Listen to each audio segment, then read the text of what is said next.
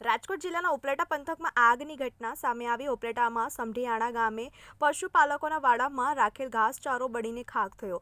તલંગાળા road મયાભાઈ પોપટભાઈની વાડી પાસેથી બપોરના સમયે ખેતરની વાડમાં આગ લાગી હોય તે સમયે આગ વધુ પ્રસરે એ પહેલા ગ્રામજનોએ આગ બુઝાવી લીધી હતી, પરંતુ કોઈ કારણોસર ભારે પવનના કારણે આગ ફરી મોડી સાંજે લાગતા સૌપ્રથમ માંડાભાઈ રબારીના તેમજ આસપાસના અન્ય 10 જેટલા પશુપાલકોના વાડામાં પડેલા પશુઓ માટેનો સૂકો ઘાસચારો આગની લપેટમાં આવતા થયું હતું નુકસાન। દરેક પશુપાલકોને ઓછા વધુ પ્રમાણમાં ઘાસચારો મળી 1.5 થી પોણા 2 લાખની નુકસાની થયાનું જણાવતા પશુપાલકો આગની ઘટનાને પગલે ઉપલેટા નગરપાલિકાનું ફાયર ફાઇટર ઘટનાસ્થળે પહોંચ્યું હતું। ફાયર બ્રિગેડની ટીમે આગ બુઝાવે તે પહેલા ઘાસનો ચારો બળીને ખાખ થયો હતો। સદનસીબે કોઈ જાનહાનિ થઈ નથી। આગ લાગવાનું કારણ અકબંધ।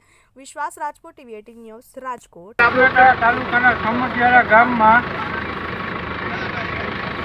આગ લાગેલી 7-8 વાળા બળી ગયેલા અને આગ બુઝાવેલા આવેલા સમઢિયાળા ગામમાં।